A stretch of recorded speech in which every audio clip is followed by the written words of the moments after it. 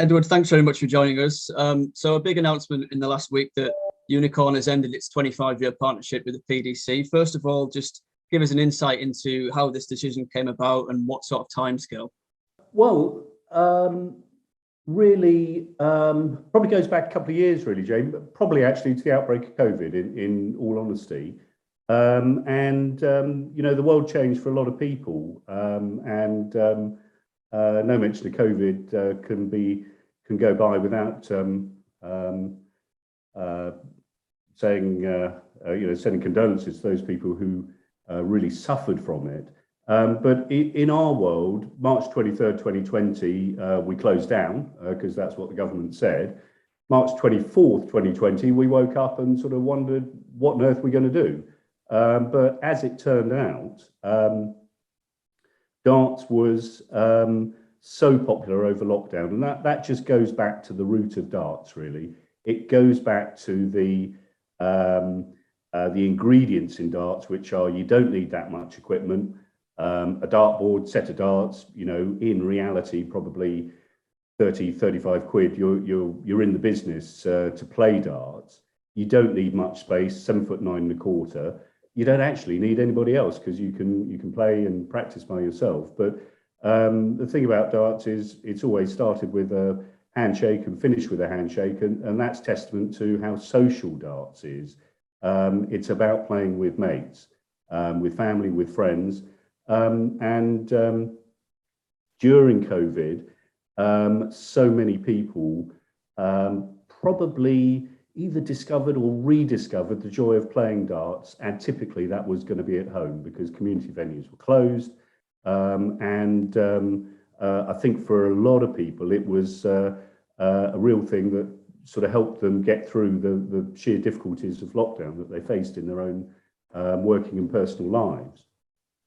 And we obviously were very well aware of this because actually for us, business was very good in 2020 and 2021, fueled, we feel, by this sort of swinging the pendulum more to social darts. Then come round to contract renewal. There's obviously a commercial angle to this, Jay. You know, one can't pretend that there isn't anything involving the PDC and Barry. Well, there's going to be a commercial angle, so you know, let's not pretend there isn't.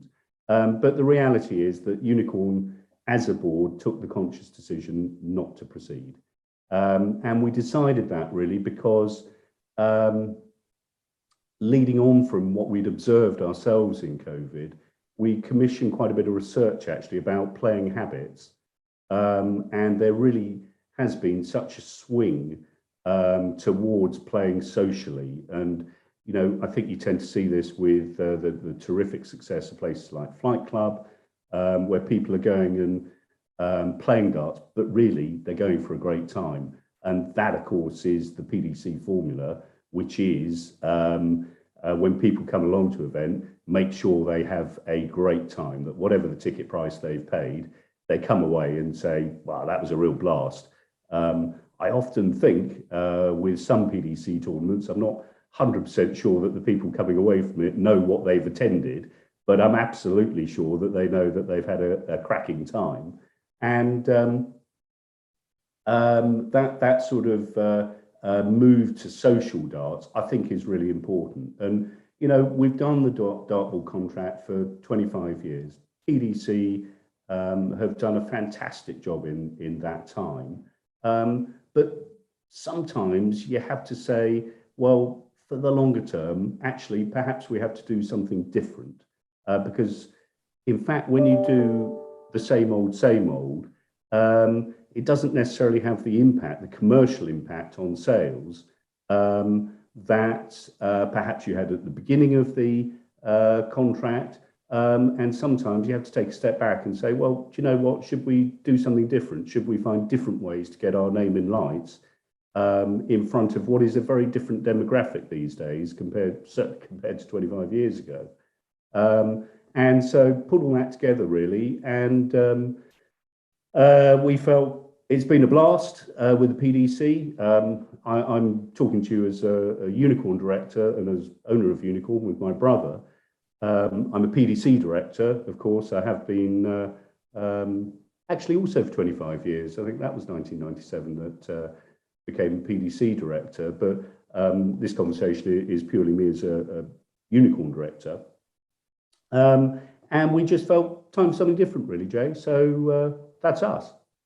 Yeah, and with that announcement, you've launched the For Every Player campaign. Just give us a bit of background as to what that's going to entail. Well, it's an outreach program, really. It's about talking to all those people who we want to get into darts, or who perhaps during the difficult times, the last 24 months, have thrown a dart and they've enjoyed it. It's about appealing to them, what equipment they need, where they're going to play, how they're going to play, who they're going to play with, how we're going to get the equipment to them. And it's about really looking outside of the professional game and picking up on this huge market that we feel is needs better servicing, really. We noticed the sheer volume of people starting to show an interest in darts for the first time, and we commissioned, as I mentioned, some research that looked at the untapped darts community and their motivations to play. And as a business, we want to take this next step in the journey and drive that darts community through a series of community activations. So we'll be rolling out a number of things in the first quarter, but really I see this for the foreseeable future, actually. You know, what's apparent really, Jay, and I don't really need to tell you this, is that there are so many more people out there who are actual dart consumers than necessarily are watching darts on TV or indeed are going to events. You've got that wonderful, iconic, aspirational PDC pathway, and that's fantastic. But outside of that, you've got this enormous marketplace of people who just want to play darts at home, with family, with friends, maybe just play darts for relaxation and entertainment. And I think that's very distinct, really, from the professional side. So I noticed in the mission statement, it aims to remove the barriers to taking up the sport. How do you aim to go about removing those barriers, and what do you see as the main barriers from taking up darts? I think explaining to people more about darts, how easy it is. There, as a sport, and going back to when grandfather started the business back in the 1930s, it did become immediately apparent, and you're long versed in the world of darts, that pretty much anybody can play. It doesn't really matter what your physical makeup is. You don't necessarily have to be the fittest athlete to play darts or anything like that, and you don't need so much space and so on. I think sometimes when people look at the professional game, one of the things we found, for example, Jay, is that where somebody goes to a flight club, what they don't play is 501. And actually, if you're trying to get somebody to play darts for the first time, say, right, okay, 501, straight in, double out. Well, somebody new to darts throws their first dart misses the board, second dart is a 7, third dart is a 3, and wow, how exciting is that? They're still on 491, and boy, can that take a long time. So different ways of coming into darts, helping people, and goodness me, this will drive the purist mad, but helping people do the maths, and all those sort of things. I think there are great ways to broaden the appeal, broaden the way to get into throwing a dart at a dartboard and having a great time. So in terms of future innovations from Unicorn, is that the sort of direction you're going to look at going in, the social darts route?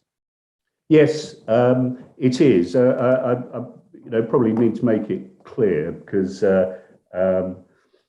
I'm getting, always beaten up on social media for something or other that we've done wrong, according to the keyboard warriors. Need to make it clear that this isn't about Unicorn kind of stepping away from the pro game or anything like that. That's in our DNA. You and I were just talking earlier about the seniors championship down at Circus Tavern, and when I look at the number of players there who are either still on Unicorn books or have been through Unicorn books, and when I look at Team Unicorn, when I look at 3 out of the 4 semi-finalists at Ali Pali, when I look at our 3 Premier League players tonight in Cardiff, professional play and Unicorn are still marching down the road arm in arm together.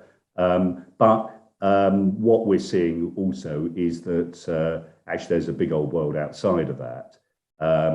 And in terms of getting to that, a couple of years ago, we launched a product called Smartboard. That is really a revolutionary consumer dartboard, play at home, but the app does all the maths for you. And not only that, yes, you can play 501, but you can play lots of other very enjoyable and different games. We're doing a lot of work in terms of Smartboard, of that being developed for network play, and with what's called an augmented reality version of that, which is absolutely going to transform the darts market. So a lot of exciting things coming in the future, because the world keeps turning, Jay, and unless we keep turning and occasionally taking a step back and saying, what does the future hold for us? What do we need to do to change, to improve? Then we're dead in the water. And I know a lot of people are surprised by this move, but life goes on, and we have to keep evolving. You alluded to social media earlier. That's one thing I wanted to touch on. A lot of players and fans have been giving their opinions on the boards and the equipment over the last couple of years. Do you think the criticism has been unjust from your end towards Unicorn? Really interesting point, Jay, because I've read some very uninformed journalism on this topic, that Unicorn have stepped away from the contract because they can't take the criticism of the boards, or the PDC have kicked Unicorn into touch because of the boards and so on. On that latter point, it wouldn't be appropriate for me to comment, but reach out to Matt Porter or to Barry or to Eddie, and they'll tell you that that simply isn't the case. The reality is that we're probably the first company who actually set about measuring the performance of boards. And over the last few years, periodically, we've published that data. It's independent data that's done by our good friend Chris Kempf, Wikipedia, well known on social media circles. And the reality is that when you throw a dart at a board in professional tournaments run by the PDC, and we're talking over some millions of darts, the sort of average reject rate, the number of darts that don't actually score, is about 3 in 1,000. So people talk a lot about bounce outs, etc., etc. And I understand, it's great to take a pop at Unicorn as the manufacturer because our name's above the board. But the reality is that it is not so much of an issue. In terms of things like board wear, well, honestly, what causes board wear? It is the interaction of a dart point and a dartboard surface. It is not purely down to the dartboard. It's significantly linked to the very aggressive points that some players tend to use. And whenever you actually have sort of independent tests of people playing on a variety of boards and testing a variety of boards, really the results in terms of boardware are very, very similar. So as Unicorn, actually, we've had the guts to put our name on dartboards on TV for 25 years. And with that, you get the brickbats and you get the bouquets. I'm sure that will continue into the future. But the criticism of the boards, well, you're always going to get that. Look in every sport. I was reading a thing the other day about the tennis balls used in the US Open are very different to those used in other tournaments. Some players like them, some players don't, and so on. But Unicorn boards, the Eclipse range, that actually innovated enormously in terms of delineating the board with knife edge sections throughout, was an absolute Unicorn innovation. The seamless playing surface, a Unicorn innovation. The high visibility numbering, a Unicorn innovation, et cetera, et cetera. All of these things ultimately get copied by other people, and we reflect in, we're sort of very proud that those innovations have come from us, but time to move on. Do we have any concerns about our boards? Absolutely not. They're absolutely superb boards. So over 25 years that the sport has evolved and changed drastically, I mean, how proud are you as a company to have been part of that journey? Enormously, Jay. This is the family business. I think it's the oldest, longest established art business possibly in the world has been in the same continuous ownership. So started by my father, Frank Lowy, back in the 1930s. Ultimately, it was run by my father, Stanley, and my uncle, Michael, really from the 50s through to the 80s and so on. I joined the business in 1981. My brother, Richard, joined the business in the late 1970s. I became MD in 1995, I think.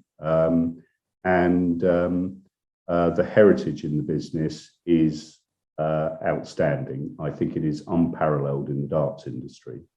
And what we've seen over so many years is really different chapters of evolution of darts and of our business. And actually, Unicorn has been the catalyst for a number of those changes in darts.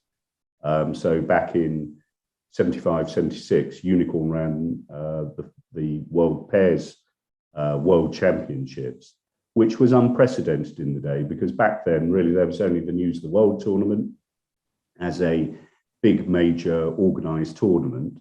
And we really took things to the next level by organizing the World Pairs. We organized regional finals all around the world through our distribution network. And we brought the finalists to London. We held the finals in a hotel in London, so it was sort of a cut above the typical darting venue. There was prize money, and we got it on TV. I think on year one, we had highlights on TV, and year two, we were live. And that really absolutely catalyzed darts. It really gave rise to the British Darts Organisation and the WDF, because back in 75, 76, Ollie Croft was running the BDO, but we had all these people coming from overseas. And we said, Ollie, why don't you sit down with these people and get them doing what you're doing here? And he did sit down with those people, and that really was the roots of the WDF. After we'd run that tournament for a couple of years, then big sponsors came in. So people like MFI, people like Embassy, and kind of our job was done. You know, we'd got darts on the map, and other people could then see that darts was a wonderful way of advertising, marketing, promoting their own products separate to darts. And that attracted big sponsors in. Roll through to the 1990s, the BDO had run out of steam. They'd lost darts from TV. and Unicorn was absolutely pivotal in getting people together who earned their living from darts. So you're talking about a number of the seniors there at Purfleet: John Lowe, Bob Anson, Keith Deller, Phil Taylor. These guys suddenly were running out of the oxygen of exposure for doing exhibitions and playing tournaments, getting prize money and so on. And in reality, Jay, it was only Unicorn, the only dart brand that actually helped support those players, that put money into fight their cause, because we could all see that there was a better future for darts, but it was one that had to be fought for, and it was one that had to be won. Unicorn were there, ultimately that rolled through us to being shareholders in the modern day PDC. We were very pivotal back in, I guess it was about 2001, when the PDC was just sort of beginning to get going, in again sort of stepping back and having a look at the long view and saying, well, the PDC, we're doing okay, but we still think we could do so much better. And it was then that a small group of us approached Barry and said, Barry, we need some help. We've got something here, and we can only take it so far. But we need some help now because we believe in it. And he shared that belief, and he shared that enthusiasm. And goodness me, what a fantastic job he's done for darts. So, some of these key evolutions in darts, we've been there right back in the 1930s in terms of the actual dart itself, Silver Comet. I won't bore you or your listeners for too much about that, but it was revolutionary. The fact that all darts are weighed in grams, that all comes back to my grandfather. So many things that we are so proud of. Working with Phil for all those years together, his darts, or our darts and his right arm, that was 12 World Championships. Absolutely fantastic, incredible. Yes, so much that we are very, very proud of, Jay, but equally in the modern day commercial world, as much as we can be very proud of those things, that doesn't necessarily get you your next sale. You have to be relevant and contemporary and seem to be evolving and moving forward. That's the mission that we are continually on. And Team Unicorn still has a very strong stable, and it was a pretty successful recent World Championship for Team Unicorn. Obviously, Michael Smith reaching the final, Gary Anderson semi-finals, and Callan Ridge going on a great run as well. Are you looking to expand that stable in the coming years, or really focus in on the players you have at the moment? It's always got to be refresh and renew, Jay. We are always eager to work with new talent at whatever stage of their career and the game they're at, whether they're coming in and we identify them as being a terrific prospect, or whether they're extremely well established at the highest possible level. We are always looking to refresh and renew. Mentioned earlier, and you've repeated it there, 3 out of 4 semi-finalists at Ali Pali. We didn't have the 4th. So, well done, Peter Wright. Phenomenal performance, great experience coming through, and hats off to him. But goodness me, in the quarters, Callan Ridge gave him a terrific run for his money. And I have to say, actually, having seen an awful lot of dart players over an awful number of years, a huge number of years, Callan's performance overall at Alexandra Palace, I think, was one of the most exciting things I've seen in darts in many, many years. And you mentioned earlier, from a personal point of view, you've been a director of the PDC for a long time. Is that a position you intend on retaining, or are you sort of considering that at the moment on the back of this news?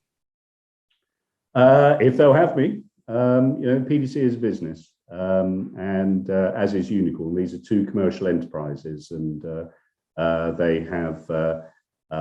linked by darts, but they're 2 very different businesses. So have I did I consider throwing my toys out of the pram at the PDC? Absolutely not. No, and that's for kids, and the PDC is a serious business.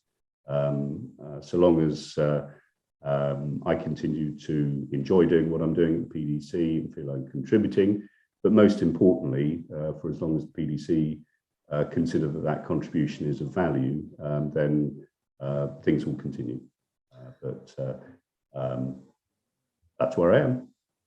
And just finally, from me, Unicorn is a brand of great heritage. It's been part of the fabric of the sport for a quarter of a century, and obviously beyond, back to 1937.